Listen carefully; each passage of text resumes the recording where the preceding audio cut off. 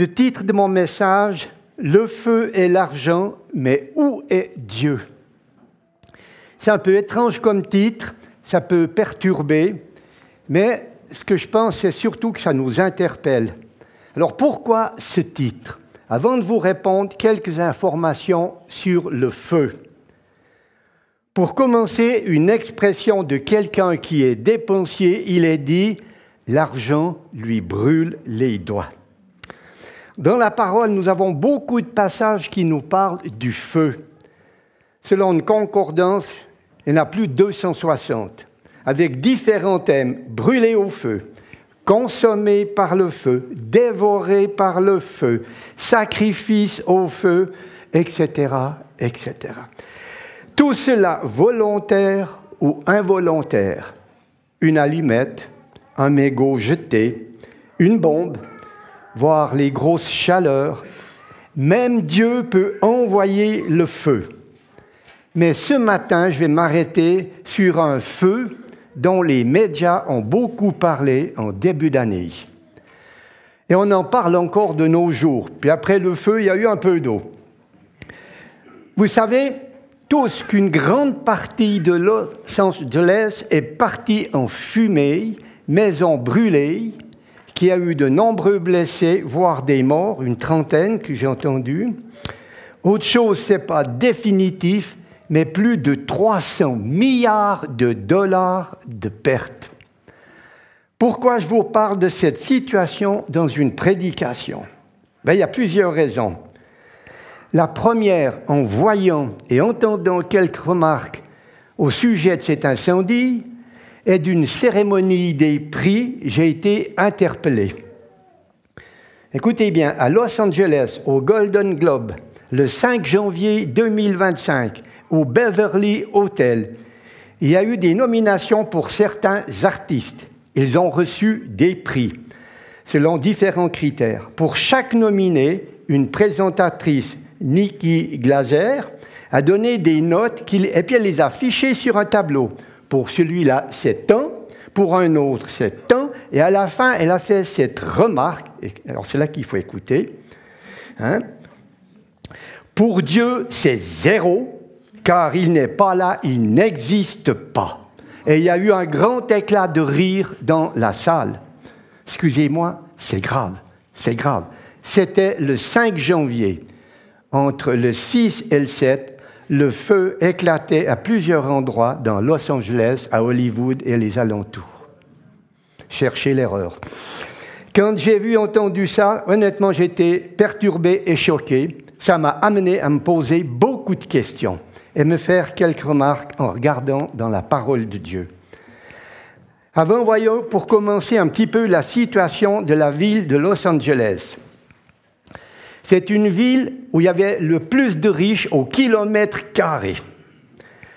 Comme le pays, les Américains, nous sommes les meilleurs. Nous sommes puissants. Nous avons la meilleure police. Nous sommes en sécurité. Nous avons les meilleurs pompiers. Oui, 3 semaines après, ça brûle encore. Et nous avons Hollywood, les meilleurs. Et nous faisons les meilleurs films. Nous. Je ne sais pas comment est-ce qu'on appelle ça, mais quelque chose de bizarre. Et Las Vegas, c'est à côté, environ à peine 4 heures en voiture, etc. Je vais revenir en détail sur différents points. On verra, premièrement, la présence de Dieu. Deuxièmement, je ferai un parallèle entre Hollywood et l'Égypte. Troisièmement, je parlerai de l'argent de Mammon. Quatrièmement, l'humilité ou orgueil. La présence de Dieu dans cette soirée de remise des prix, cette présentatrice a dit « Pour Dieu, c'est 0, car il n'est pas là, il n'existe pas. » Écoutez bien, dans notre société, nous constatons que nous ne voulons plus de Dieu. Il est souvent absent. Il est où? Il n'a plus sa place. Quelle place nous lui laissons? Voire dans certaines familles, c'est un triste constat. Mais quand arrive un problème, un drame, s'il y avait un Dieu. Ce n'est pas seulement à Los Angeles, même en Suisse. Certains veulent supprimer dans notre Constitution au nom du Dieu Tout-Puissant. D'autres enlever la croix qui se trouve au-dessus du palais fédéral. Ceci pour ne pas choquer une communauté qui n'a pas le même Dieu, avec un petit dé. Hein? Et puis je nommerai pas la couleur des politiques qui demandent cela. Nous ne voulons plus du grand Dieu créateur. Place au divertissement. Oui, du pain et des jeux, car demain nous mourrons. C'est comme au temps des Romains. La fuite en avant, droit dans le mur. Pour cette personne qui a parlé, pour Dieu c'est zéro car il n'est pas là, excusez-moi, c'est se moquer de Dieu, c'est blasphémer. On va lire dans Galates 6:7. Ne vous y trompez pas, on ne se moque pas de Dieu. Ce qu'un homme aura semé, il le moissonnera aussi. Ne vous y trompez pas, c'est une certitude. Qui est le moqueur? Dans Proverbe 21, verset 24, il nous est dit, c'est l'orgueilleux, le hautain s'appelle un moqueur. Il agit avec la fureur de l'arrogance. On ne se moque pas de Dieu. Ce que quelqu'un sème, il le récolte aussi. Une expression dit « qui sème le vent récolte la tempête ». À Los Angeles, ils ont récolté de fortes tempêtes, de forts vents. Ils n'avaient jamais vu ça auparavant. Ils n'avaient jamais vu de tels vents. Moi, je dis que c'est très bon pour activer le feu, si c'est pour faire des grillades. Hein, mais... Se moquer de Dieu signifie manquer de respect, le déshonorer, nier ou ignorer son existence. La Bible nous montre le chemin pour vivre une vie bénie. Souvent par les bons exemples d'hommes et de femmes pieux et parfois par des exemples négatifs de ceux qui choisissent de suivre un mauvais chemin. J'aime bien les 3 premiers versets du psaume 1. « Heureux l'homme qui ne marche pas selon le conseil des méchants, qui ne s'arrête pas sur la voie des pécheurs et qui ne s'assied pas en compagnie des moqueurs. » Le Beverly Hotel était rempli de moqueurs le 5 janvier. Mais qui trouve son plaisir dans la loi de l'Éternel et qui la médite jour et nuit. Il est comme un arbre planté près d'un courant d'eau qui donne son fruit en sa saison et dans le feuillage ne se flétrit point. Tout ce qu'il fait lui réussit. Maintenant, une question qu'on peut se poser. Dieu est où dans notre vie? Il est en chacun de nous. Nous vivons grâce à lui. On ne le voit pas, il est invisible, mais il est là, présent. Nous voyons, moi je vois personnellement ses effets tous les jours dans nos vies, dans ma vie. On voit ça dans son amour, sa compassion, sa miséricorde, son pardon. Oh, et puis c'est pas du cinéma comme à Hollywood, le grand de la science-fiction, de l'illusion, de la magie, alors qu'il se croit le meilleur. Puisqu'on parle d'Hollywood et de son influence, les plus grands films, les plus chers, les plus grands effets, les trucages, la magie. J'ai entendu des commentaires sur certaines séquences de films. C'est magique. Ces trucages, il n'y a rien de vrai. Hollywood est un peu la copie de l'Égypte où la magie avait la première place. Beaucoup de faux dieux, une grande science avec le secret des pyramides aussi. Et dans ce pays d'Égypte, le peuple de Dieu était en captivité. À Los Angeles, c'est différent. Ils sont captifs de l'argent. Le dieu Mammon a eu de bonnes notes. Il était présent à chaque mètre carré de la soirée du 5 janvier. On dit que l'argent n'a pas d'odeur. OK? Mais même brûlé, cela se sent où il y en a. Oui, nous pouvons faire un parallèle entre Hollywood et l'Égypte. À Hollywood, pas de Dieu. Le Golden Globe est comme le Pharaon. Il ne voulait pas de Dieu. Il n'existait pas. Exode 7, verset 4. Pharaon ne vous écoutera point. Puis au verset 5, les Égyptiens connaîtront que je suis l'Éternel lorsque j'étendrai ma main sur l'Égypte. Pour cela, en Égypte, il a fallu 10 plaies. À Hollywood, le feu, après les inondations, dernièrement, des relevés sismiques annoncent de futurs séismes. Combien de plaies doivent arriver pour réaliser que Dieu existe et que son cœur désire que tous, sans exception, arrivent à la repentance? Avant d'aller plus loin, je ne peux pas passer sous silence un passage de la parole qui nous parle du feu. Samuel a parlé de quelque chose de semblable. Vous lirez à la maison 1 Roi 18, les versets 20 à 46. Je résume.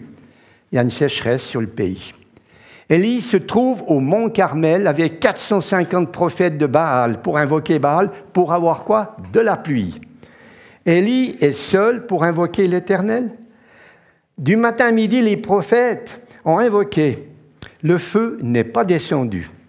Élie rétablit l'autel, il met 12 pierres pour les 12 tribus, il fait arroser, écoutez bien, 3 fois de 4 arrosoirs d'eau, remplit la tranchée d'eau, et il s'adresse à l'Éternel. Et là, boum, le feu tombe sur l'autel et ça prend feu. Et on entend, c'est l'Éternel qui est Dieu. Les 450 prophètes de Baal ont eu la gorge tranchée et n'ont pas pu goûter la douce pluie qui est tombée juste après. À Los Angeles, Dieu a eu 0 comme note et il n'a pas été invité. Et la pluie est tombée après le feu à Los Angeles et a tout emporté. J'aimerais faire encore un parallèle entre Hollywood et l'Égypte et ses magiciens. On ne connaît pas tout ce qui se passe à Hollywood. Sûrement pas que de belles choses. Beaucoup sont cachés avec des secrets. Comme dans les pyramides, la magie doit être présente. Je pense à cette histoire où Moïse et Aaron sont devant le Pharaon. C'est dans Exode 7. Moïse va parler au Pharaon pour qu'il laisse partir le peuple de Dieu.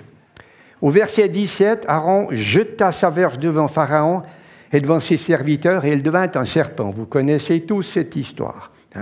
Je pense que le Pharaon a dû être vexé là. Parce qu'après, il fait venir les sages, les enchanteurs et les magiciens. Ils jettent leurs verges et deviennent des serpents, mais la verge d'Aaron va les engloutir tous. Et le cœur du Pharaon s'endurcit. Je dirais, les magiciens d'Hollywood ne sont pas mieux que ceux du Pharaon. Ils subiront le même sort s'ils ne se repentent pas. Apocalypse 21 au verset 8. Pour les lâches, les incrédules, les abominables, les meurtriers, s'ils ne se repentent pas, les débauchés, les magiciens, ah ben tiens, il y en avait aussi là, les idolâtres et tous les menteurs, leur part sera dans l'étang ardent de feu et de soufre, qui est la seconde mort. Je vais leur dire, ça sera plus chaud, beaucoup plus chaud, et il n'y a pas de pompiers. Pour une grande partie des habitants de Los Angeles, ce feu qui a détruit de nombreuses maisons est soit un avertissement ou un appel à la repentance. Dieu laisse le choix. Maintenant, je vais parler un peu de l'argent. Un sujet qu'on aborde difficilement, pas comme à Los Angeles où il était roi. Pour commencer, le problème, ce n'est pas l'argent, mais l'attitude à son égard. L'amour de l'argent pousse les hommes à oublier Dieu, comme à cette soirée du 5 janvier. Alors, question. Quelle est la place de l'argent dans ma vie? À quoi je pense? À quoi je travaille? Quel est mon but lors de mon court passage sur cette terre? Allez, je vous fais envie. Pour acheter une propriété à Los Angeles ou à Saint-Tropez, c'est plus près, ou marcher avec Dieu et préparer mon éternité? C'est une question que chacun doit se poser. Non seulement mon éternité, mais voir celle de ma famille, de mes voisins ou de mes collègues de travail. Matthieu 6, 33. Cherchons premièrement le royaume et la justice de Dieu, et toutes choses vous seront données par-dessus. On va voir quelques mauvais exemples où il est question d'argent. Une petite seconde. Vous savez, le feu, ça donne soif. Écoutez bien, pour 30 pièces d'argent, Judas a trahi et livré Jésus. Vous connaissez tous ce couple, unis dans la mort pour de l'argent. Ils ne se sont pas loupés, Ananias et Saphira, liés dans la mort à cause de leur cupidité et du mensonge. Et puis dans 2 Rois 5, Élisée, par l'Éternel, guérit Naaman de la lèpre en le faisant tremper 7 fois dans le Jourdain. Élisée avait refusé l'argent qu'on lui offrait pour cette guérison, mais Géhazi, le serviteur d'Élisée, a profité de la situation pour se remplir les poches. Magouille que nous rencontrons encore beaucoup trop de nos jours. Résultat, il est dit que la lèpre s'attacha à Géhazi pour toujours. Petit rappel, la lèpre est l'image du péché. Pour information, Géhazi veut dire vallée de vision. Il n'a pas eu la bonne là. Alors que Élisée veut dire Dieu de mon salut. Il y aurait, vous savez, bien d'autres exemples que bien mal acquis ne profitent jamais. Une petite remarque, Dieu n'est pas contre le fait d'être riche. Il dénonce seulement l'amour des richesses et il nous met en garde. Psaume 62, 11. Quand les richesses s'accroissent, n'y attachez pas votre cœur. N'y attachez pas votre cœur. Pour cela, ne critiquons pas les riches, nous ne savons pas ce qui peut nous arriver. L'attrait de l'argent et ses conséquences négatives.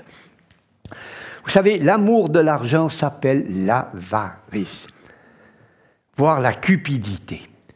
Aimer l'argent pour lui-même, faire n'importe quoi pour en avoir toujours plus, le désir jamais, mais jamais satisfait de posséder. La cupidité est une idolâtrie.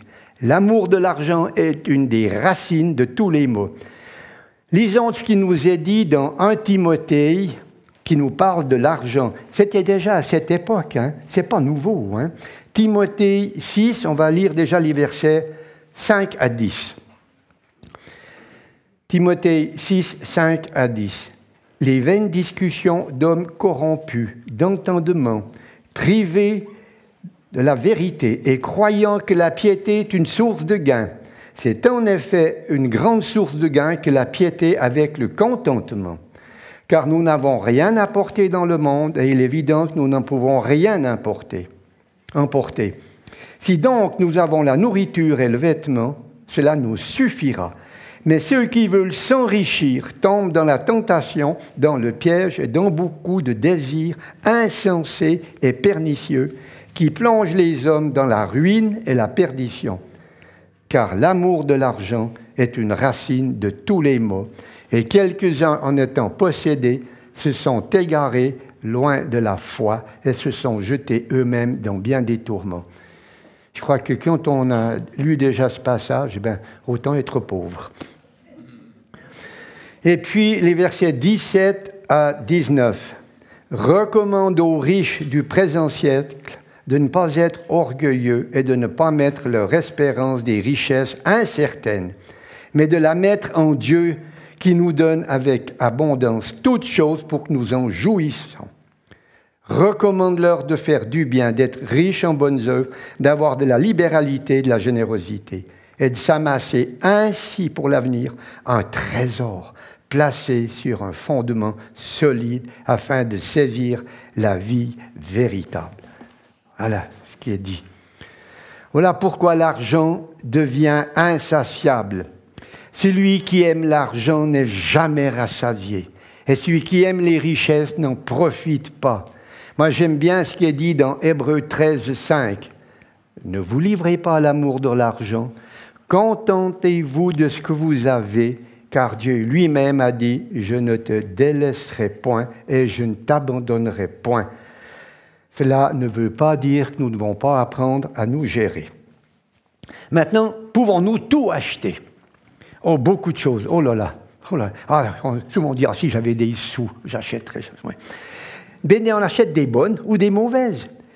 Une certitude, je peux vous dire ce matin, on ne peut pas acheter notre salut et celui des autres.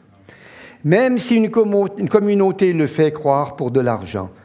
De tels mensonges, c'est faire l'œuvre de Christ inutile, comme sans valeur. C'est se moquer de l'amour de Dieu qui nous a donné son Fils. On va lire ce qui est écrit dans le psaume 49, qui est aussi un psaume à méditer. On va lire le psaume 49, les versets 7 à 10. Ils ont confiance en leurs biens. Ils se glorifient de leur grande richesse. Ils ne peuvent se racheter l'un et l'autre, ni donner à Dieu le prix du rachat.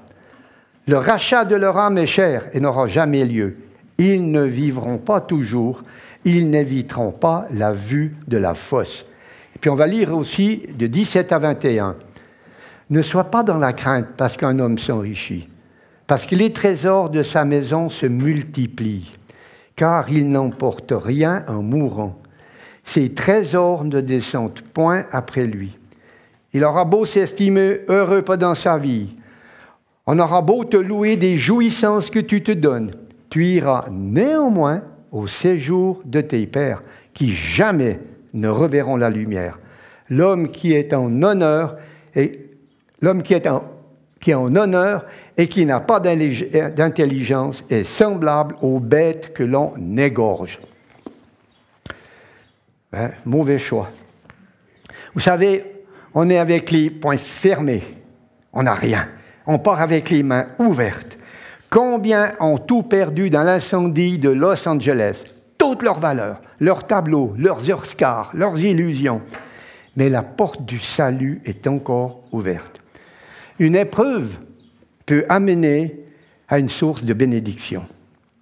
Oui, Dieu est là et il existe éternellement, contrairement à ce qui a été dit, et il a la plus grande note d'amour et de compassion, alors qu'ils ouvrent leur cœur. Il m'est arrivé une question encore. Mais pourquoi il y a des riches et pourquoi il y a des pauvres? Dans Proverbe 22, 2, il est dit ceci, « Le riche et le pauvre se rencontrent. C'est l'Éternel qui les a fait l'un et l'autre. » Alors, plus facile d'être riche ou pauvre? À chacun de répondre. Vous voyez, vous connaissez l'histoire du jeune homme riche. Quand Jésus lui dit ce qu'il doit faire, il dit, « Mais Jésus, c'est OK, j'ai fait tout cela. » Mais quand Jésus lui demande de vendre tout ce qu'il possède et de le donner aux pauvres, qu'il aura un trésor dans le ciel, il fut tout triste. Jésus l'ayant regardé, l'aima. Pas de jugement, pas de critique. Vous connaissez tous aussi l'histoire du riche de Luc 16. L'homme riche et le pauvre Lazare. Ce n'est pas parce qu'il était riche qu'il était dans les tourments dans la fournaise, mais c'est à cause de son avarice.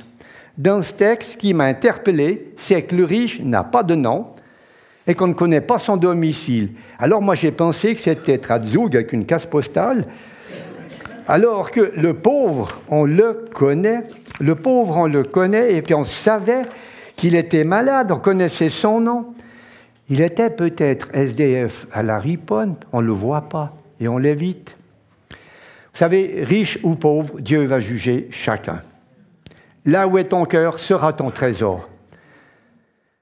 Je pense à une prière que nous avons entendue il y a environ 40 ans par une personne âgée, je dirais un vieux monsieur qui parlait, mais avec sagesse, voilà.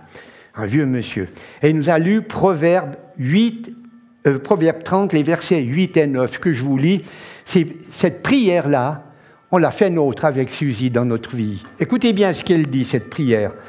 C'est important. Proverbe 30, 8 et 9.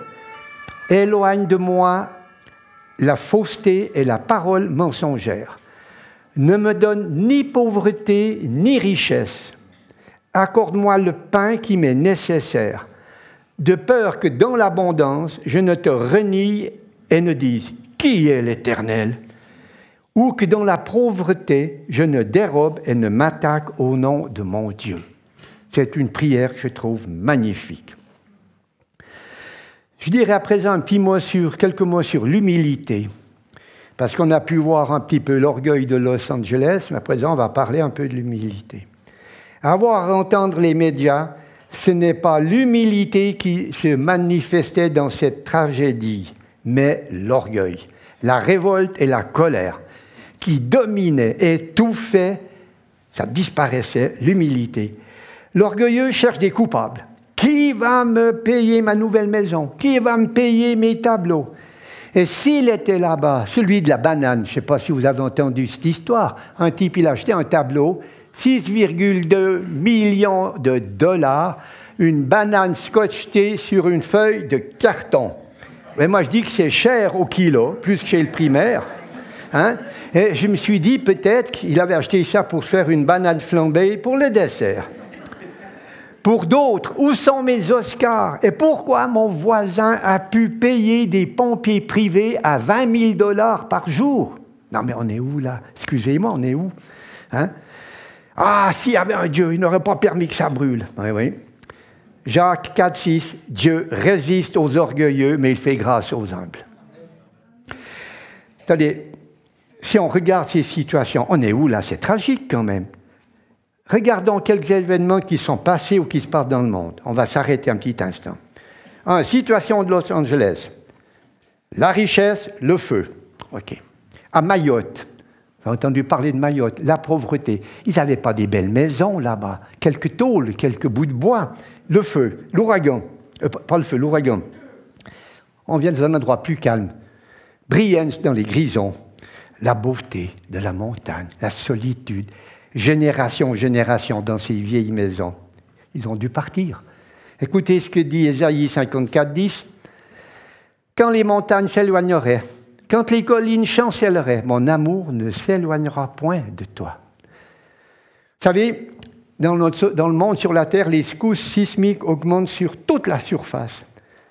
Dernièrement, j'ai vu un reportage en Valais, je crois que c'est au Grimsel, un barrage se fondait, ils avaient peur qu'il pète, qu'il se détruise. Ils en ont reconstruit un quelques mètres devant, au cas où. Non mais attendez, qui va retenir l'eau? Parce qu'on se croit qu'en Suisse, on ne risque rien. Hein? Qui va retenir l'eau d'un barrage de nos montagnes qui s'éclate? Simple imagination, mais rien n'est impossible. Hein? Qui va retenir l'eau? Vous savez, dans la vie, Dieu nous laisse le choix, les bénédictions ou les malédictions. Si vous voulez en savoir plus, commencez à lire Deutéronome 30, 31. Dans notre pays, nous avons été bénis pendant des générations. Nos ancêtres étaient des hommes de prière. Aujourd'hui, nous croyons que c'est normal d'être gardés. Je dis attention, avec toutes ces lois iniques votées ou imposées, nous sommes mis sous un joug de malédiction. Je pense, j'en cite quelques-uns, mariage pour tous, exit, avortement, l'apologie du LGBT. Je m'arrête dans cette triste liste. Nous devons nous repentir, oui, en Suisse, et implorer la grâce de Dieu. Quand nous voyons tout ce qui se passe dans le monde, quand on voit la vitesse où ça va, qui peut dire que nous n'aurons en Suisse jamais de famine? J'ai 79 ans, j'ai jamais eu faim, j'ai jamais vu la guerre, je suis sorti juste après, ou autre catastrophe. Gloire à Dieu. Je vais vous dire, frères et sœurs, restons humbles et reconnaissants de vivre dans ce pays où Dieu a encore sa place, pas comme elle devrait, on veut de moins en moins de lui, et ne devenons pas orgueilleux. Ah, nous ne sommes pas les meilleurs, les plus forts, mieux que les autres. Copions pas Los Angeles, s'il vous plaît. S'il vous plaît. Vous savez, le réchauffement climatique, on en parle. Oui, mais Romains 8, 22 nous en parlait il y a déjà très longtemps. Or, nous savons que jusqu'à ce jour, la création tout entière soupire et souffre les douleurs de l'enfantement. Une petite remarque. À Los Angeles, après le feu, il est tombé des trompes d'eau emportant tout ce qui a brûlé. Pourquoi, il y en a qui disent, la pluie n'est pas venue avant? Pourquoi? Il n'y aurait pas eu le feu, qui disent. Oui. Je dirais simplement, l'homme n'est pas maître du planning du temps. C'est Dieu, c'est le Créateur, et c'est le seul qui sait le pourquoi les choses arrivent. Laissons-lui, c'est lui qui gère. Alors un peu plus loin, en revenant à l'humilité, c'est comme la douceur, la modestie et le renoncement à soi. Colossiens 3, 12. Ainsi donc, comme des élus de Dieu, saints et bien-aimés, revêtez-vous de sentiments, de compassion, de bonté, de douceur, de patience. Quand on a compris ça, on a presque tout compris, eh bien, l'orgueil aura de la difficulté à revenir. Dernièrement, un président, je ne donnerai pas son nom, j'ai peur de me tromper, Pardon. Je l'ai rajouté ce matin.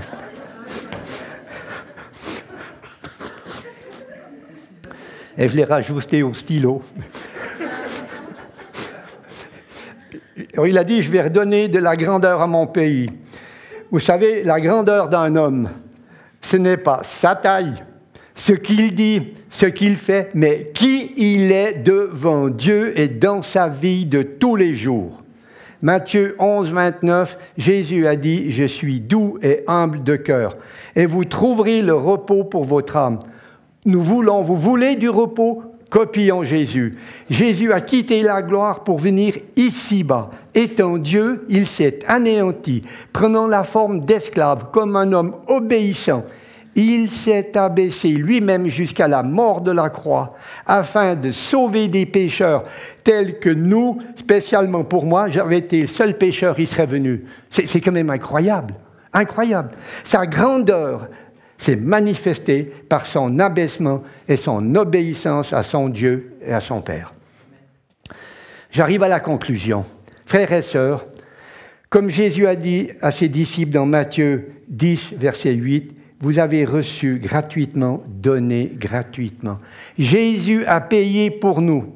Nous avons été gratuitement justifiés par le sang de Christ, par grâce, par le moyen de la rédemption qui est en Jésus-Christ. Et tout à l'heure, à celui qui a soif, il sera donné gratuitement de la source de l'eau de vie. Aucun feu ne peut l'éteindre. Apocalypse 21, verset 6, « À celui qui a soif, je donnerai de la source de l'eau vive. » Gratuitement. Celui qui vaincra héritera ces choses. Je serai son Dieu et il sera mon fils. C'est pas magnifique, ceci? Aujourd'hui, nous avons encore le choix. Dieu est là, frères et sœurs. Il est là ce matin. Il nous parle avec amour. Donnons-lui la plus grande connaissance. C'est pas comme au Beverly Hotel ou comme notre, il a eu 0 et qu'il n'existait pas, qu'il n'y était pas. En plus, ils ont tous rigolé. C'est grave, c'est grave. Comme il est dit, il y aura des grincements dedans. Mais dans son amour, Dieu donne du temps, et c'est ça qui est extraordinaire, pour la repentance. Aujourd'hui est encore un jour de grâce. Nous sommes aussi invités à prier pour tous les moqueurs. Et pour nous, préparons-nous à cette heureuse espérance, car tout a été payé par celui qui vient nous chercher. Dans un instant, on va prendre la Sainte Seine. On prendra un petit moment de silence quand même pour se placer. Pendant ce temps, posons-nous la question, combien cela a dû coûter à Jésus pour notre salut, pour mon salut? On était perdus, on est sauvés du feu éternel. Je ne sais pas si vous savez ce que ça veut dire. Si à Los Angeles, il ne reste rien, presque rien, nous, je vais vous dire, on a tout en Jésus-Christ. Une place dans la maison du Père qui ne brûlera pas. Une maison pour la vie éternelle, à l'abri dans les bras du Père. Est-ce que ça ne vous fait pas envie, cela? Moi, oui, je me réjouis. Pensez à l'histoire du retour du Fils prodigue de Luc 15, que je vous invite à relire, où on voit l'amour sans limite du Père qui s'est manifesté. Je vais vous dire une chose, frères et sœurs, on va être comme Noé. Ça va nous motiver à marcher avec Dieu et être intègre, comme Noé de son temps. Ah, que Dieu soit loué, adoré et béni. Amen.